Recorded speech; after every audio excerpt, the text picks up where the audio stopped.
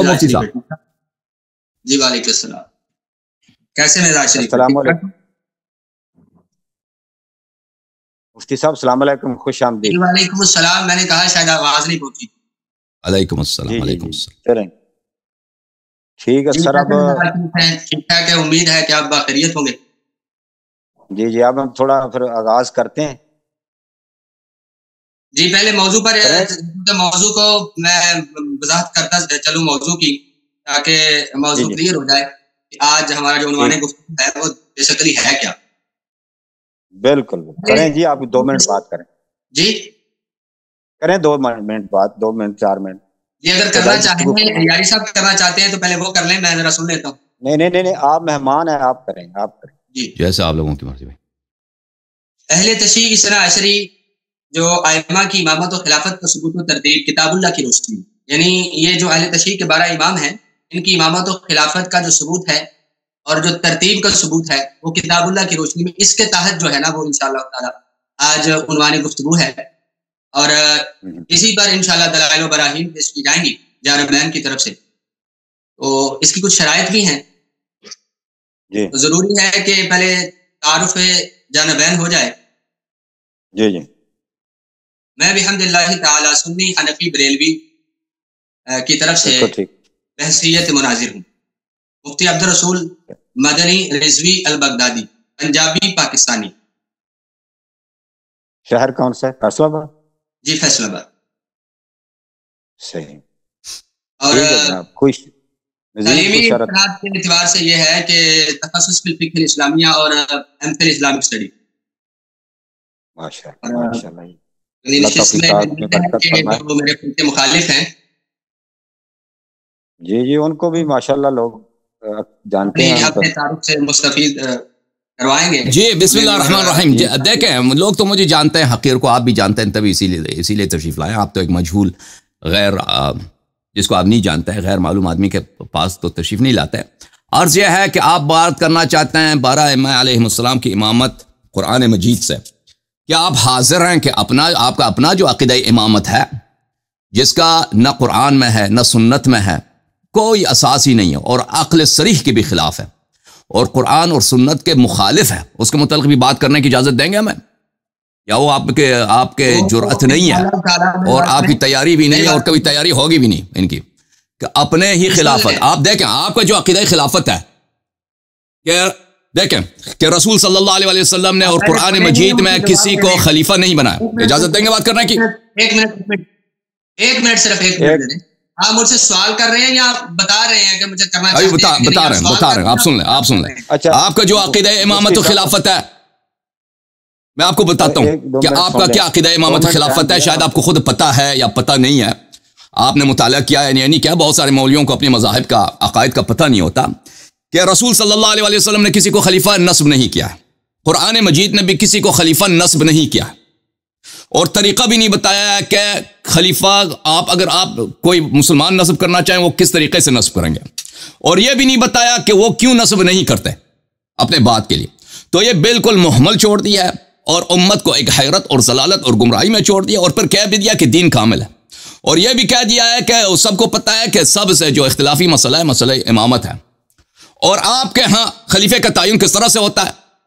یہ ہوتا ہے کہ جو بھی جتنا بھی فاسق ہو، فاجر ہو، یہاں تک کہ کافر بھی ہو، بشرطے کہ وہ اپنے کفر کا اعلان نہ کرے، اس کی طاعت واجب ہے، وہ خلیفہ برحق ہوتا ہے. شرعاً اس کی مخالفت کرنا حرام ہے، شرعاً، نہ یہ کہ مصلحتاً، شرعاً حرام. اور اس کا طریقہ انعقاد کیا ہوتا ہے کہ اس کو کہ کوئی شخص وہ مرنے سے پہلے دوسرے کو خلیفہ بنانا چاہے تو بنا سکتا ہے. رسول صلی اللہ علیہ وسلم نے کسی کو نہیں بنایا اور بتایا بھی نہیں کہ خلیفہ اپنے بعد کسی کو تعین کر سکتا ہے، لیکن آپ لوگوں نے کہہ دیا کہ کر سکتا ہے. نہ قرآن کی آیت ہے اور نہ کوئی حدیث ہے، کر سکتا ہے. جی اسی طرح مثلا معاویہ نے یزید کو تعین کیا، ابو بکر نے عمر کو تعین کیا. اور آپ لوگوں نے کہا دوسرا طریقہ یہ ہے کہ ایک بھی شخص کسی سے بیعت کر دے، حل و عقد میں سے ایک بھی شخص کسی فاجر شخص سے بھی بیعت کرے تو وہ خلیفہ شرعی بن جاتا ہے. تیسرا طریقہ یہ ہے کہ ایک شخص تلوار کے ذریعے آ کر مسلمانوں پر مسلط ہو جائے، غلبہ حاصل کر دے، جو موجودہ خلیفہ ہے اس کو قتل کرے، اس کے بچوں کا سر کاٹ دے، سب کو ذبح کر دے، اور جو بھی مخالفت کرے اس کی زبان اس کے منہ سے کاٹ کے باہر پھینک دے. ایسے شخص بھی خلیفہ بن جاتا ہے تلوار کے زور سے، اور بنی عباس کی حکومت اسی طرح سے بنی تھی، اور آپ کے علماء کا اجماع ہے کہ یہ 3 طریقے ہیں انعقاد خلافت کے۔ ہمارا عقیدہ یہ ہے کہ امامت نبی صلی اللہ علیہ وآلہ وسلم، امامت ان کے بعد ان کی خلافت، ان کی جانشی ایک مسند الہی ہے، اس کا تعین خود اللہ تعالیٰ کرے گا، اور رسول صلی اللہ علیہ وسلم اس کا اعلان کریں گے، اور یہ دین کامل ہے۔ اللہ نے لوگوں کو حیرت میں نہیں چھوڑا ہے، ضلالت گمراہی میں نہیں چھوڑا، بیان کر دیا ہے۔ اب امت میں اجازت دیں، امت نے سیاست کے لیے الگ بات ہے۔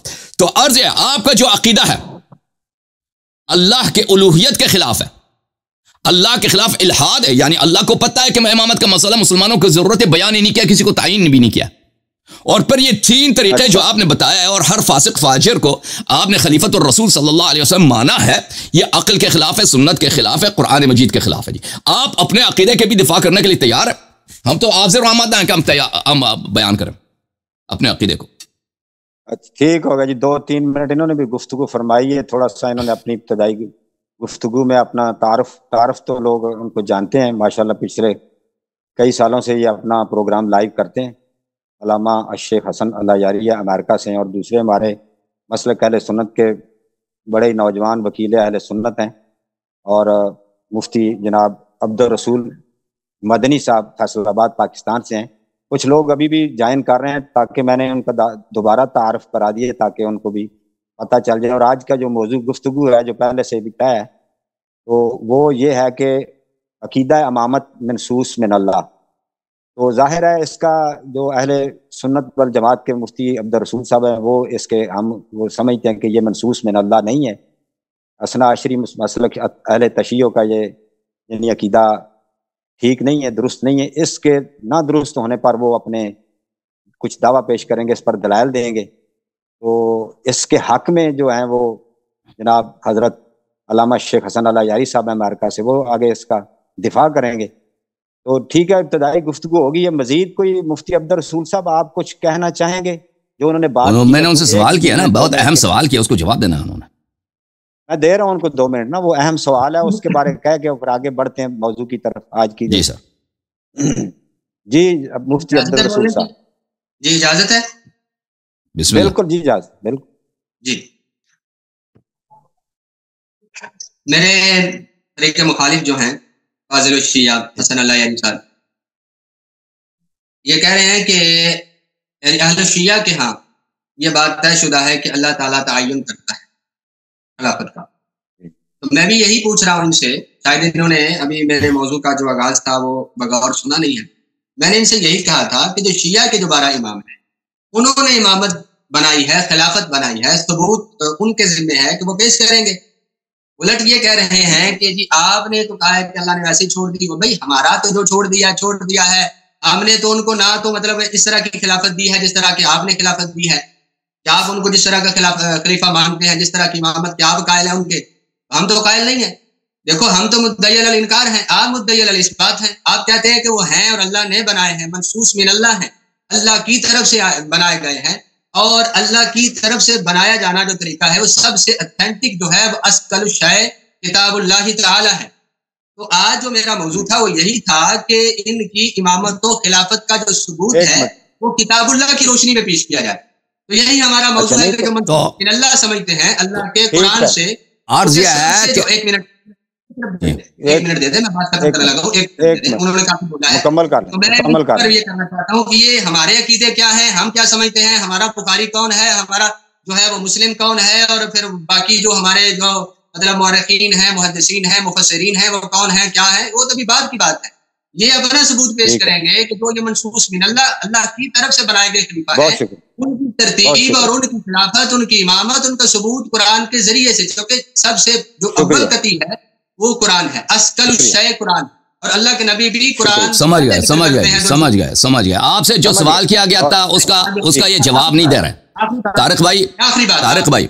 جی یہ کہتے ہیں کہ ابو بکر خلیفہ شرعی ہے۔ مفتی صاحب سن لیں اچھی طرح سے، ابو بکر مفتی صاحب آپ سن لیں، اور سب لوگ سن لیں اچھی طرح سے، ایک منٹ، کہ ان کی چالاکی اور ان کا نیرنگ اور اس فرقے کا فریب دیکھ لو۔ کہتے ہیں ابو بکر خلیفہ شرعی ہے۔ شریعت سے کیا مراد؟ شریعت سے مراد وہ جو اللہ کی جانب سے ہے، قرآن اور سنت کہتے ہیں شریعت کو۔ ایک منٹ سن لیں شیخ صاحب سن لیں بات سن لیں۔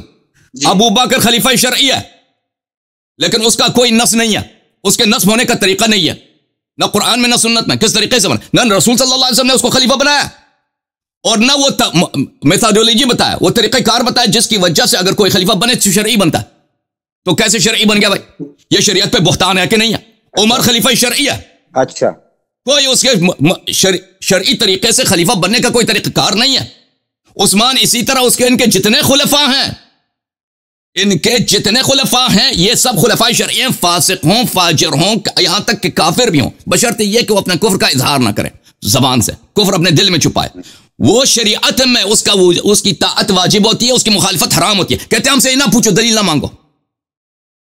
انہوں نے الحمد، اور میں نے ان سے یہ بھی کہہ دیا کہ بھائی ان کا عقیدہ دیکھیں قرآن کے خلاف ہے، سنت کے خلاف ہے، عقل کے خلاف ہے، اور ان کا عقیدہ کفر ہے میں امامت کے مسئلے پر۔ اچھا آپ مسکرا کیوں رہے؟ کوئی کیا مزاحیت کا بات کیا؟ اور پیچھے سے زوم میں کچھ گفتگو ہو رہی ہے جو مجھے پتہ نہیں ہے۔ نہیں آپ ذرا نا پلیز میری تھوڑی سی نہیں، میری بات ختم ہونے دے طارق بھائی یہ بہت اہم ہے۔ کہتے ہیں میں آپ کے عقیدے کی بات کروں گا، میں تو حاضر ہوں، میں نے تو نہیں کہا کہ امامت منصوص من اللہ نہیں ہے، میں نے کہہ دیا منصوص من اللہ بھی ہے اور ہم ثابت بھی کریں گے۔ آپ سے پوچھا گیا ہے کہ آپ کا عقیدہ مسئلہ امامت و خلافت میں کفر ہے، الحاد ہے، کیونکہ آپ کا مطلب یہ ہے کہ اللہ نے امت سے غداری کیا ہے، رسول صلی اللہ علیہ وسلم نے امت سے غداری کیا ہے، اور اس قرآن کی یہ آیت الیوم اکملت لکم دینکم یہ جھوٹ ہے، دین کامل ہی نہیں ہے۔ نہ سب سے اہم مسئلہ اللہ نے وہ بتایا نہیں ہے، رسول صلی اللہ علیہ وسلم نے بتایا نہیں، ایسے چلے گئے جی، نہ قرآن جمع کی، نہ سنت جمع کی، نہ امام تعین کیا، ایسے ہی چلے گئے۔ آپ بتائیں نا، میں تو تیار ہوں اپنے عقیدے کے دفاع کے لیے، میں آپ سے گفتگو کروں، مولوی صاحب، مدنی صاحب۔ آپ کہتے ہیں کہ نہیں میں آپ کے عقیدے کے متعلق گفتگو کرنا چاہتا ہوں، میں تو کہتا ہوں لبیک، میں کہتا ہوں ماشاءاللہ ہمارے عقیدہ ہمارے پاس دلائل موجود ہے، ہم دفاع کریں گے۔ آپ وجہ بتائیں کہ آپ اپنے عقیدے کو، کہ آپ کا عقیدہ سراسر کفریہ ہے، اس کے متعلق کیوں گفتگو نہیں کرنا چاہتے؟ اس کی وجہ یہ ہے کہ آپ کو اپنے عقیدے کا پتہ بھی نہیں ہے، آپ ابھی شاک ہو گئے کہ آپ کا عقیدہ یہ ہے، ٹھیک ہے نا؟ آپ نے تو یہ بھی نہیں کہا کہ ہمارا عقیدہ یہ نہیں ہے، ٹھیک ہے نا؟ کہ آپ اللہ صاحب جھوٹ کہہ رہے ہیں ہمارا عقیدہ یہ نہیں ہے، ٹھیک ہے نا؟ آپ کا عقیدہ سراسر مسئلہ امامت میں کفر و الحاد ہے، اللہ کے الوہیت کا انکار ہے، رسول صلی اللہ علیہ وسلم کی رسالت کا انکار ہے۔ بسم اللہ، اگر امامت پہ گفتگو ہوگی تو دونوں مسلک کے عقیدے پہ ہوگی۔ بسم اللہ۔ اچھا جی، مفتی عبد الرسول صاحب آپ بھی 2 منٹ بات کیجئے گی، رپلائی کریں جی، بسم اللہ، آپ کیا کہنا چاہیں گے؟ رپلائی کیا کرے گا بیچارہ؟ اچھا مائک آپ کا کھلا ہوا ہے؟ مائک میرا بند کر دیا گیا ہے، میں نے آغاز میں کہا تھا کہ مائک بند نہ کریں، کم از کم اگر حضرت میں بتاتا ہوں حضرت، سمجھتا ہوں کہ جب چاہیں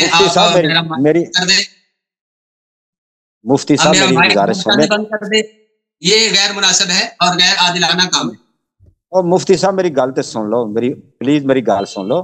میں نے گزارش کی تھی صبح بھی آپ کے ساتھ، یعنی ہوئی تھی نا میسج، یہ مائک دیکھیں کتنے اس میں ڈیوائس انوالو ہیں، آپ آئیں اپنے کیمرے سے آگے، زوم ہے، زوم سے آگے پھر وہ ان کے شیخ صاحب کے پاس جاتے ہیں، تو درمیان میں ایسی کوئی بات نہیں ہے، اگر پورا پلیٹ فارم حاضر ہے، آپ کو پورا موقع دیا جائے گا۔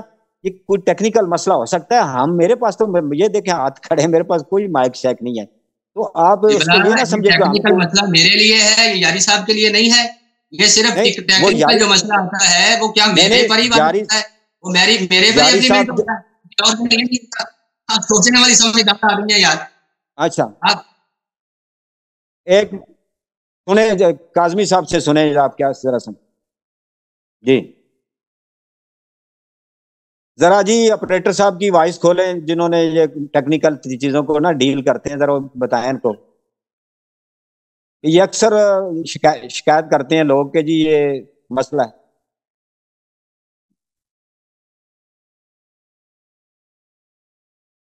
اللہ یاری صاحب آپ کھولیں مائک، تو وہ بات نہیں کر رہا، مائک تو اس کا کھلا ہے، وہ پتہ نہیں کہیں گیا ہوا ہے، مجھے نہیں ابھی، آپ نے اس نے اگر ہے تو اس نے آپ کی بات جملے سنے، زوم روم میں تو آپ ہوتے ہیں، آپ کو پتہ ہے، ادھر مائک تو اس کا کھلا ہے، وہ بات کرنا چاہے بات کر سکتے ہیں۔ پٹھان کہاں گیا ہے مجھے نہیں معلوم، آپریٹر پٹھان آ جاؤ، وہی بات کریں، کو ایکسپلین کرو۔ یہ پریشان ہے مولوی صاحب، سوال کا جواب دے دو نا، ابھی تو مائک کھلا ہے نا مولوی صاحب، ٹائم کیوں سب کا ضائع کر رہا ہے، جواب دے دو نا، کیوں اپنے عقیدے کا آپ دفاع نہیں کر سکتے؟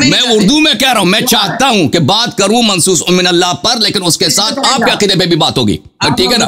سب کو پتہ ہے میرے موضوع سے ہم امامت پہ بات کریں گے نا، ٹھیک ہے؟ طارق بھائی آپ سنبھال لیں بھائی، اس طرح گفتگو نہیں ہو سکتی ایک دوسرے کو کاٹتے ہوئے. اور طارق بھائی آپ انٹروین کریں. میں کیا انٹروین کروں سر؟ ہاں شروع کرتے ہیں. اصل میں نا علامہ صاحب ان سے نا کوئی تھوڑی کمٹمنٹ یہ ہو گئی ہے شیخ صاحب کہ وہ جو ہے نا کہہ رہے ہیں کہ جی جو اثنا عشری کا جو مسئلہ ہے نا، بڑا اصولی مسئلہ ہے، بنیادی مسئلہ ہے، اس کے وہ قائل نہیں ہے منصوص من اللہ کے.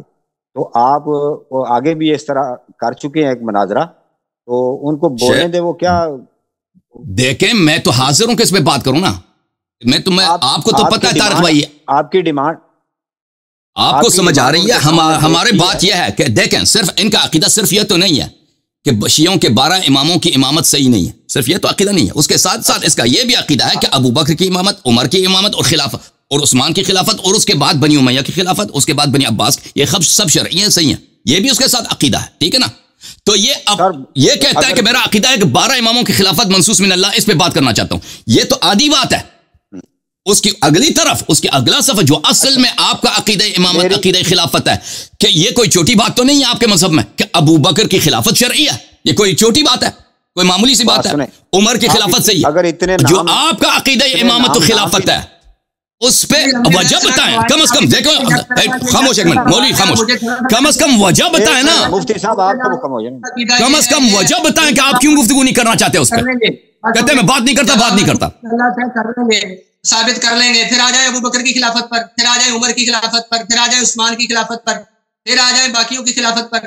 پہلے ترتیب سے جو بات ہے، کوئی چینل تو بنائے نا، پہ چینل پہ چلے. ترتیب یہی ہے کہ آپ سب سے بڑا فرقہ یہ ترتیب کی اگر بات کرتے ہیں نا، ترتیب کی اگر بات کرنا چاہتے ہیں، پہلی خلافت پر آئیں، ضرور آئیں، لیکن یہ کہ ترتیب آئے نا. یہ کیا طریقہ کار ہے؟ سن لیں منصوص من اللہ کی راٹینوں نے لگائی ہوئی ہے. یہ کہہ رہے ہیں ہمارے امام منصوص من اللہ ہے، اللہ خلیفہ بناتا ہے. اب یہ کہہ رہے ہیں کہ جی نہیں، پہلے ابو بکر کی بات کرو، پہلے عمر کی بات کرو. مطلب ہے کہ مولا علی پر بات نہیں کرنا. مولا المسلمین علی المرتضیٰ کرم اللہ تعالی وجہ الکریم علیہ السلام. میں آغاز کرتا ہوں جی. یہ کیسا شیعہ ہے؟ ایک منٹ. یہ کہتے ہیں ترتیب سے بات ہوگی، ٹھیک ہے نا؟ یہ ترتیب کس نے بنائی ہے؟ ترتیب کس نے بنائی ہے؟ تم سب سے بڑے فرقہ تم ہو، سب سے بڑا فرقہ تم ہو، سب سے بڑا فرقہ تم ہو. اگر ترتیب بھائی پہلے بھی ہوا تھا نا ہمارے ساتھ یہ فراڈ. طارق بھائی، مولوی صفدر نے کیا کہا تھا؟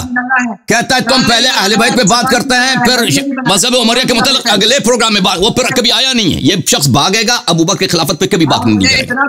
ہاں، ہم دونوں پہ بات کریں گے، ہم دونوں پہ بات کریں گے جی، ہم دونوں پہ بات کریں گے. آپ کا عقیدہ مسئلہ امامت، مسئلہ خلافت میں کفر ہے جی. ایک منٹ شیخ صاحب تسی چپ تے کرو ذرا ایک منٹ پلیز. اچھا مفتی صاحب اس طرح کرنے دیکھو آپ مجھے تو چپ کروا لیں.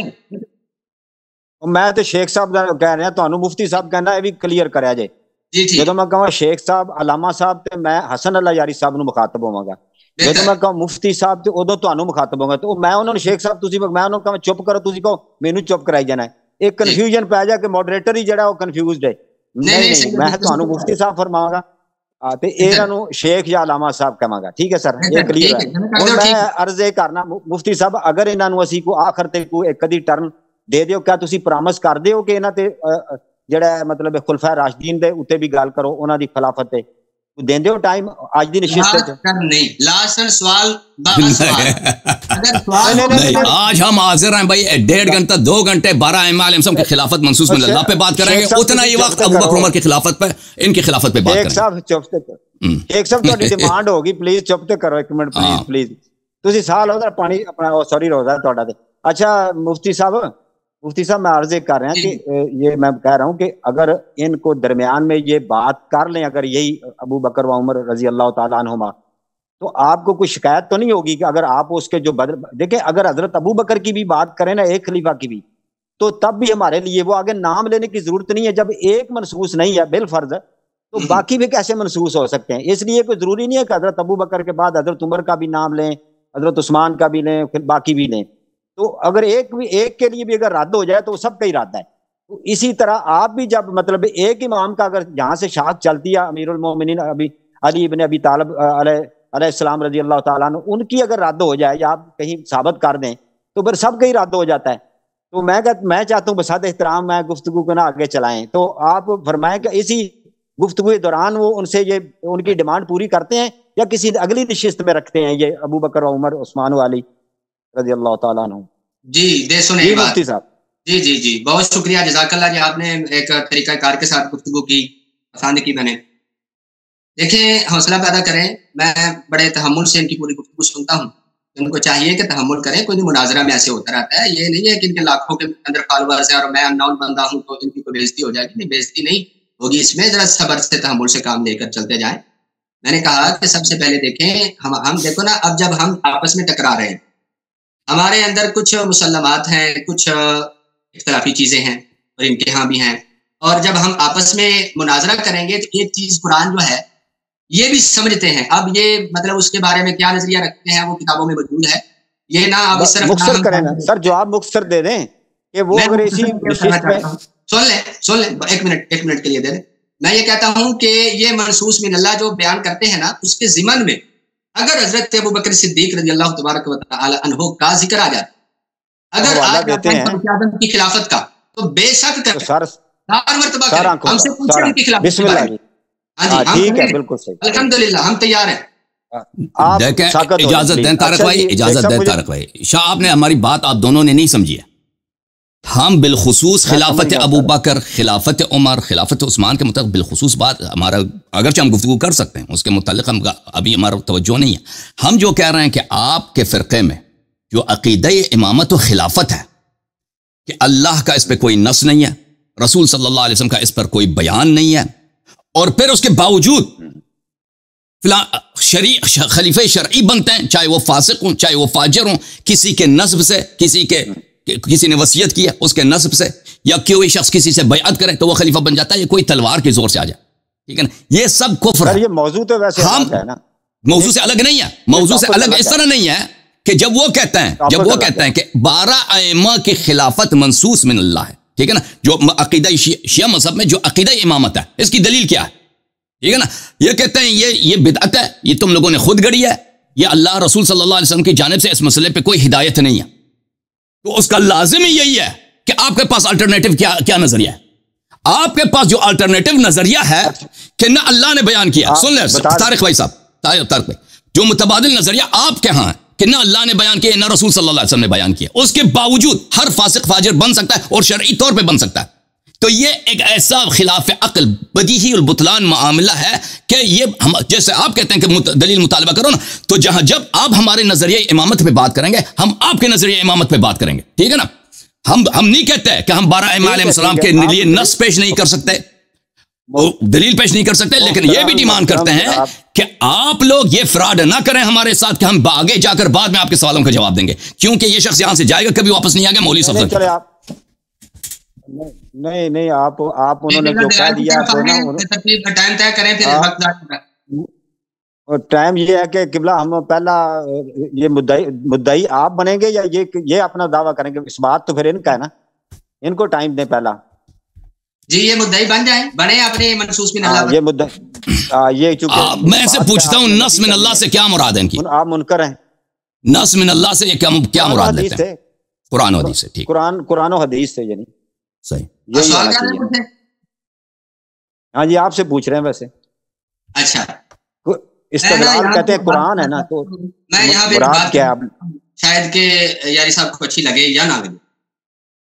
یعنی رستے میں جاتے کو اگر کوئی ابا بول دے اور مجھ سے آ کے کہے کہ ثابت کرو کہ یہ میرا ابا ہے، میں ایک مثال دینے لگا ہوں، ابھی کسی کو کہہ نہیں رہا یا کسی کو میں مطلب ٹارگٹ نہیں کر رہا، تو ذمہ داری کس کی ہوتی ہے کہ جو منصوص من اللہ کہہ رہا ہے وہ نص کے بارے میں بھی خبر دے کہ نص یہ ہے اور منصوص من اللہ یہ ہے، اور اس سے مراد مولا المسلمین حضرت علی المرتضیٰ علیہ الصلوۃ والسلام رضی اللہ تبارک و تعالی عنہ ہے، پھر امام حسن ہیں، حسین ہیں، پھر زین العابدین ہیں رضی اللہ تعالی عنہم اجمعین بالترتیب ہیں. یعنی دعویٰ ایک بندہ کرے اور وہ مجھ سے الٹا سوال کر کے پوچھے پہلے بتاؤ نص کیا ہے، حالانکہ اہل شیعہ کے اندر اور اہل سنت کے اندر بہت بڑا تضاد ہے. یعنی یوں سمجھ لیں کہ یہ جو اہل شیعہ ہیں یہ گدھے کو گھوڑا اور گھوڑے کو کھچر کہیں اور ہم جو ہیں وہ اسی کے پیچھے چل پڑیں. یہ نص کسی اور کو سمجھیں، ہم نص کسی اور کو کہیں. یہ قرآن کسی اور کو سمجھیں، ہم کسی قرآن کو اور سمجھیں. اصول حدیث ان کے اپنے ہیں، ہمارے اپنے ہیں. ہماری بخاری ہے، ان کی اصول کافی ہے. ہماری مسلم ہے، ان کی فروع کافی ہے. روضۃ الکافی ہے، من لا یحضر الفقہ ہے. اور الاستبصار ہے، تہذیب الاحکام ہے، پھر الاحتجاج ہے. کئی کتابیں ان کی اپنی، ہماری حضرت شکریہ دیکھیں ہم سے پوچھیں گے نص بتاؤ، پہلے آپ نص بیان کریں گے کہ بھئی نص یہ ہے اور منصوص من اللہ یہ ہے، پھر آپ بات کریں. ہم بات کریں. چلے میں بسم اللہ پڑھتا ہوں، آغاز کرتا ہوں. جی شیخ صاحب مجھے تھوڑا سا نا 1 منٹ مجھے دے دیجیے گا آپ کی. بسم اللہ. بسم اللہ. آپ دونوں علماء کی. بسم اللہ نحمدہ و نصلی علی رسولہ الکریم، اما بعد، اعوذ باللہ من الشیطان